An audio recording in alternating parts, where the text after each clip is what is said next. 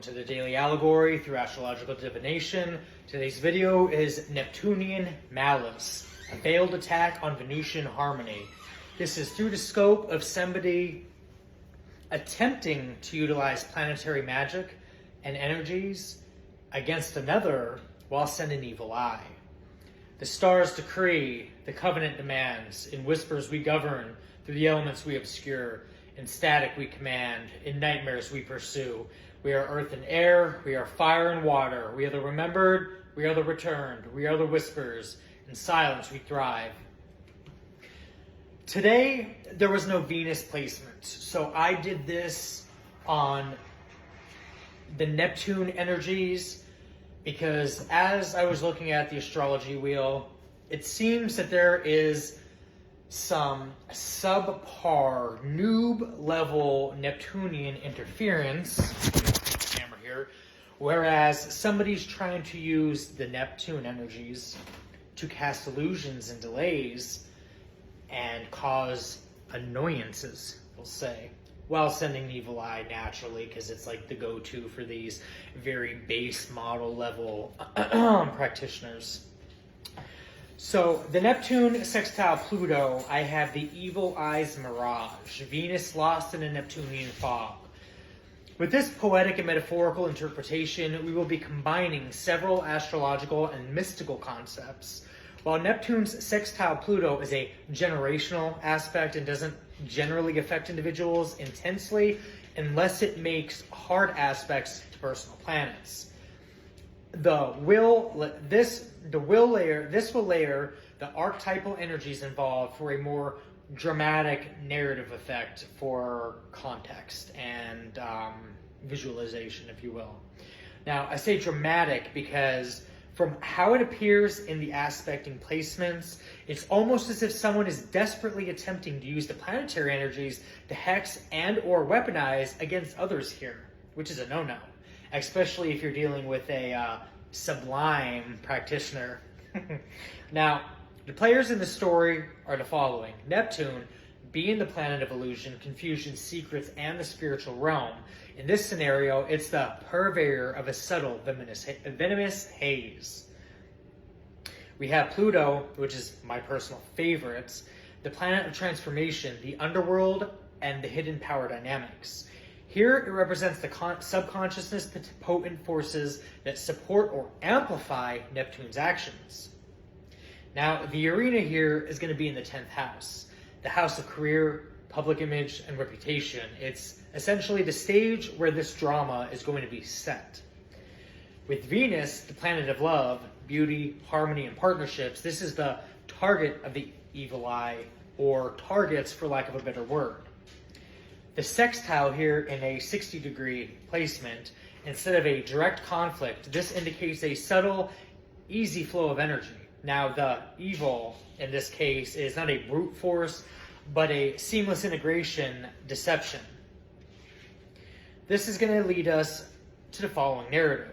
Now, the evil eye is not a direct, malicious glare, but more of an insidious collective spell woven from the combined energies of Neptune and Pluto. This is going to be rendering it as an unseen threat, which is the Neptune sextile Pluto.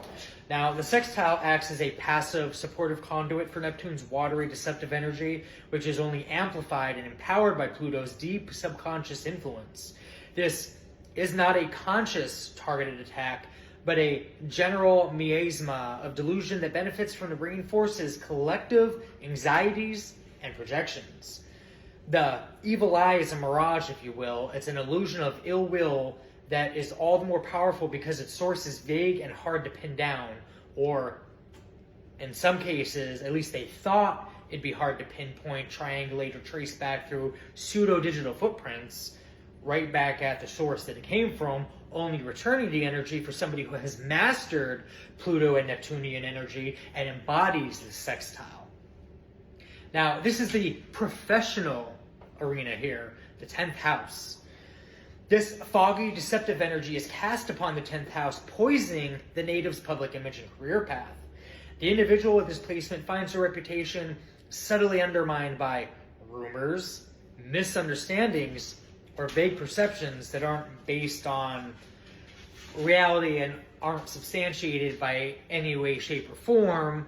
It's quite literally the opposing energies that embody the factual basis of those rumors. They are projecting them onto somebody else who some might see as not so formidable, would be the word I suppose. Now, the achievements here are met with skepticism and their motives are misinterpreted. Now, the targets or couple in question being Venus, representing love, reputation, and beauty. The evil eye's power is directed at Venus, the planet of love and harmony. Now, in a professional context, this translates to disruptions in the native's public standing, professional relationships, often resulting in love loss. This can represent an external perception that one's relationships are less than they appear, or that there is confusion and deception within them, often making the people in question each other's interest, honesty, and loyalty to kind of seed serious doubt in one another, which in terms of somebody unaware of how to interpret these energies naturally, these would be successful. Whereas somebody who is a master alchemist embodying the golden trine of planetary magic, hermeticism, and cometicism as their holy three would easily pick up on this and return it like it's just a regular Tuesday. This is going to leave some targets lost in Neptunian fog. We'll touch base on those people. Those are the ones that are going to be affected. Now, the individual may feel their public images being distorted, like a photograph viewed through a blurry, watery lens. The charm and artistic abilities, which are Venus, are lost in a hazy projection of what others think they are, rather than who they truly are. It's like somebody that's more focused on external validation rather than self-authenticity. Now, the harmony Venus brings to professional partnerships is replaced with confusion and distrust with this Neptunian energy. The challenge is to see through the illusion and reclaim control over one's own narrative. The natural flow of energy through the sextile suggests that transformation, being Pluto, is available through the spiritual path of Neptune. To overcome this evil eye, the native must embrace Pluto's truth, confront and understand the power dynamics at play both internal and external. One must learn to navigate Neptune's water, lean in to their intuition and spiritual practices to gain clarity and extinguish facts from fiction, and how to redefine their Venus. Now, you're going to have to learn to authentically express your values and love without being influenced by the distorted projections of others.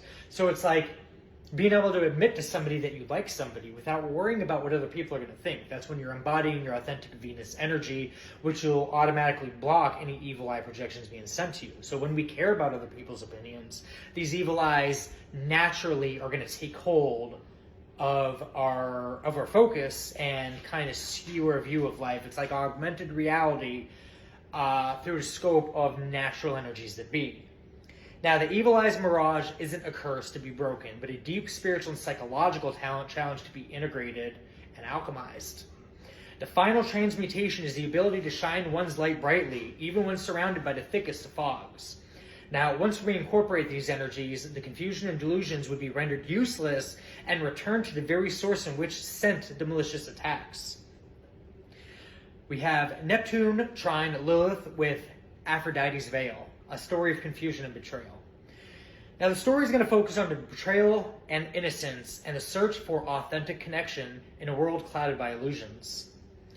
The key figures here are going to be Neptune, the great illusionist. Neptune here creates a spiritual but potentially disorienting atmosphere.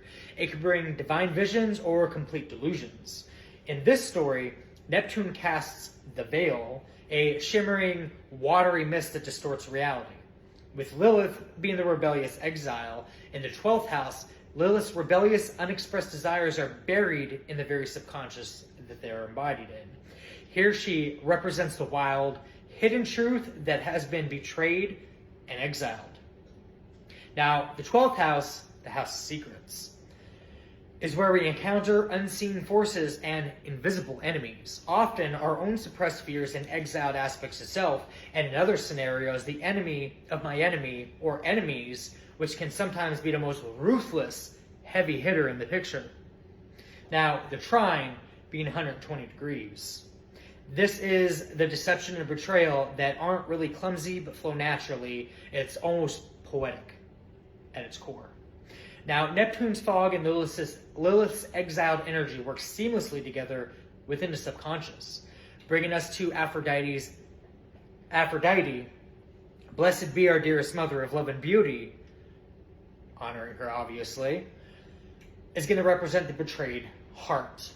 Now, in this metaphor, the individual's Venusian qualities, their capacity for love, harmony, and trusting relationships are the subject of the story.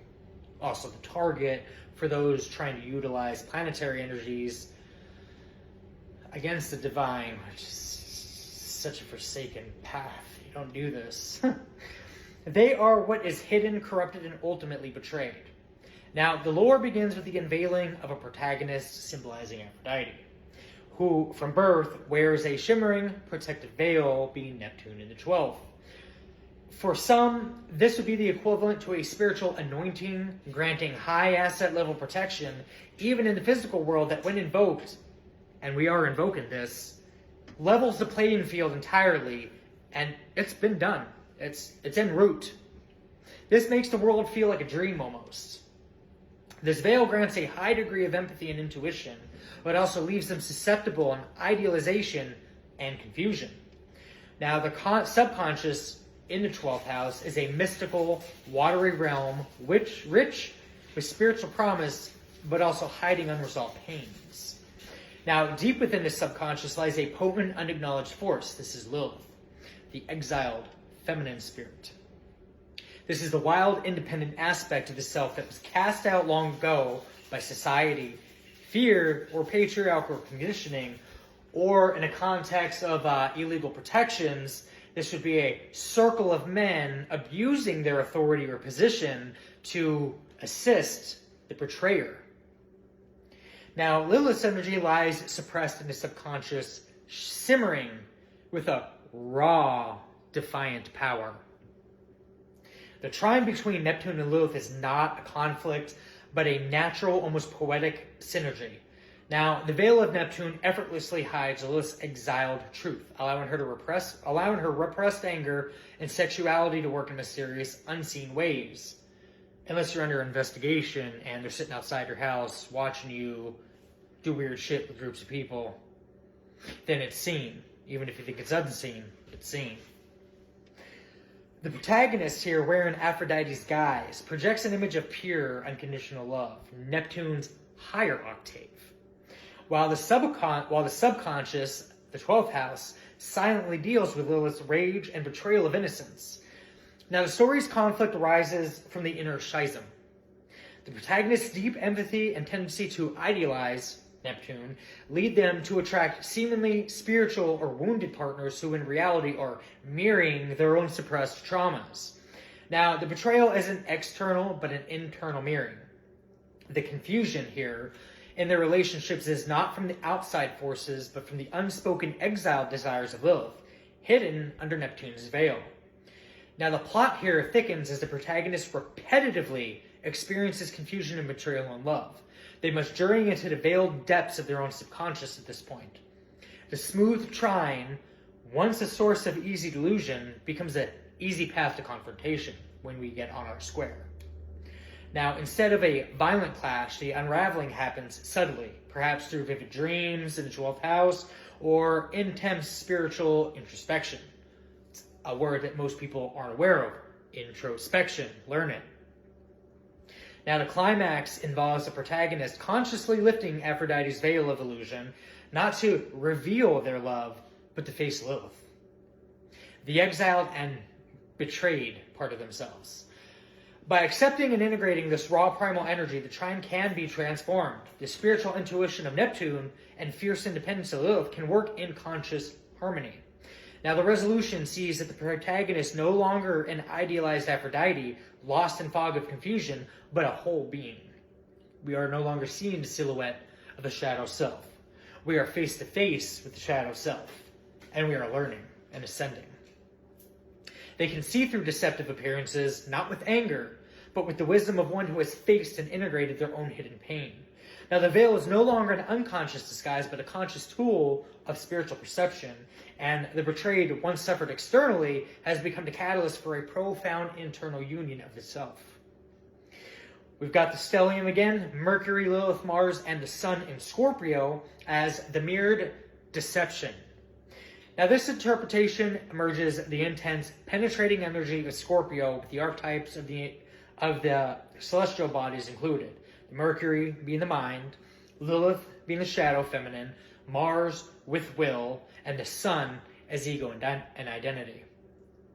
The result is a profound and potentially dangerous narrative of self-deception and psychological warfare, or lack of a better term, psyops.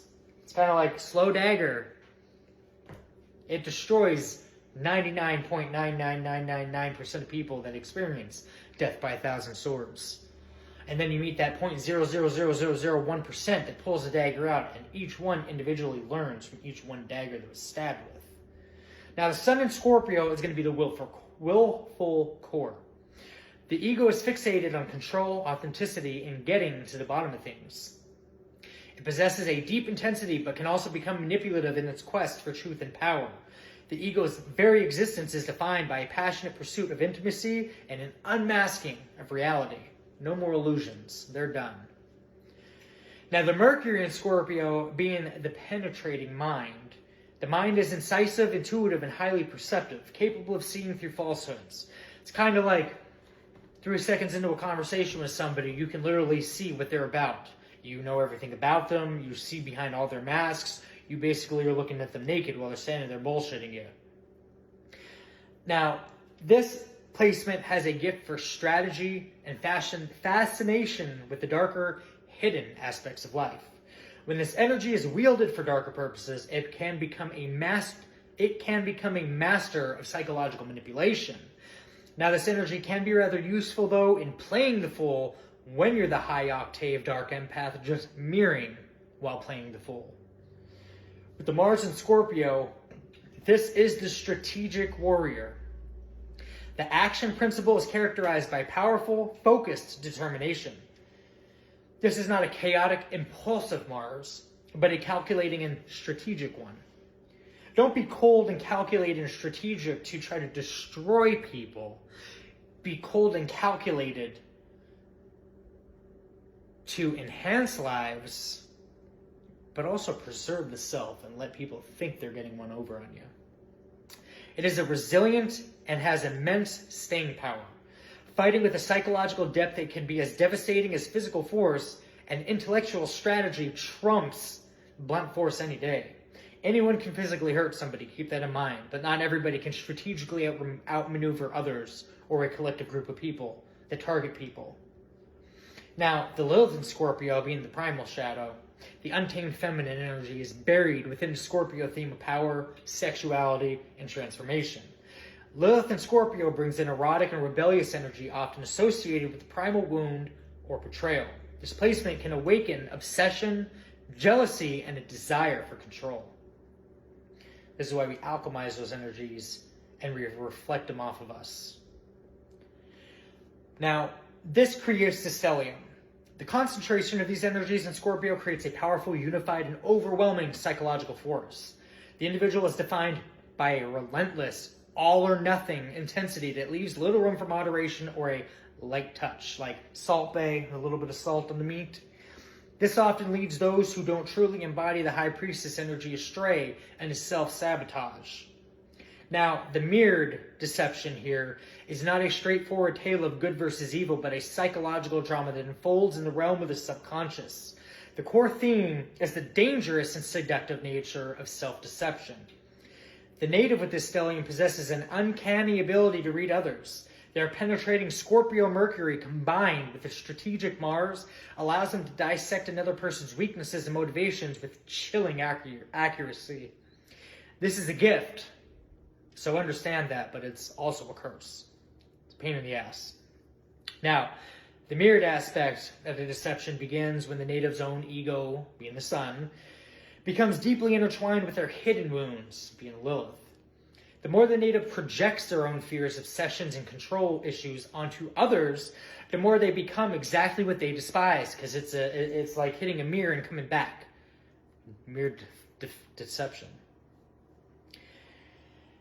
Now, their ability to see the darkness in others is a direct reflection of their unintegrated Lilith energy within themselves. They are a mirror both for the weakness of others and for their own shadow self. This is somebody who can't see the good in others. Even when they're inherently bad, they still can't see any kind of good in anybody, anything, anywhere, anytime, any place. No good, nowhere, everything is shit. Now, this story is going to progress as the native uses their considerable powers of obsession and strategic will to win in power struggles. Be it in a relationship, a professional or legal setting. This is where sometimes people cheat and make back-end deals to ensure a win, even when they shouldn't have had a win.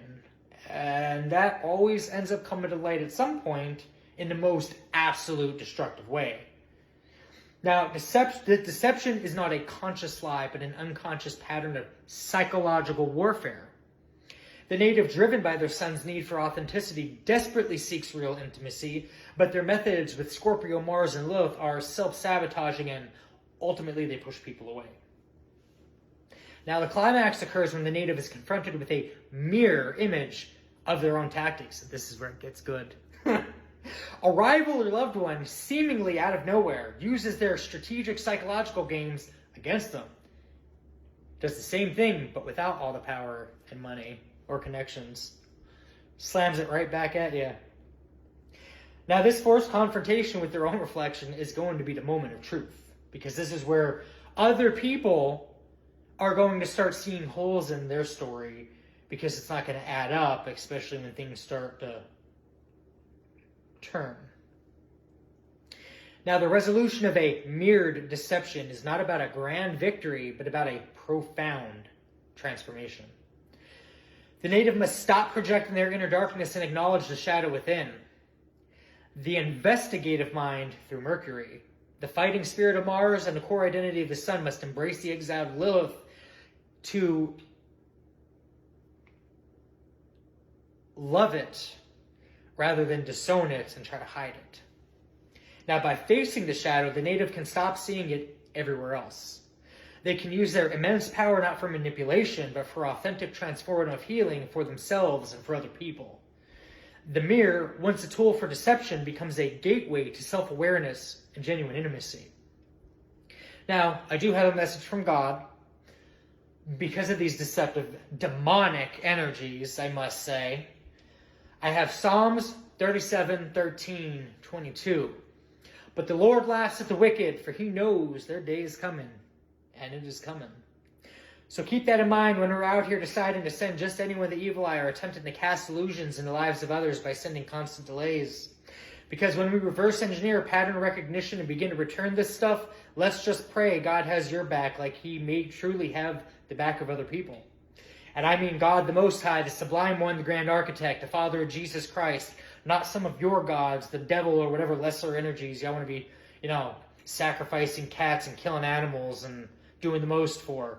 So, with that being said, let's make good choices collectively, guys. Come on. This is the season of growth and ascension, not stagnation and continuance. Forward. Move forward. I'll see you in the next one.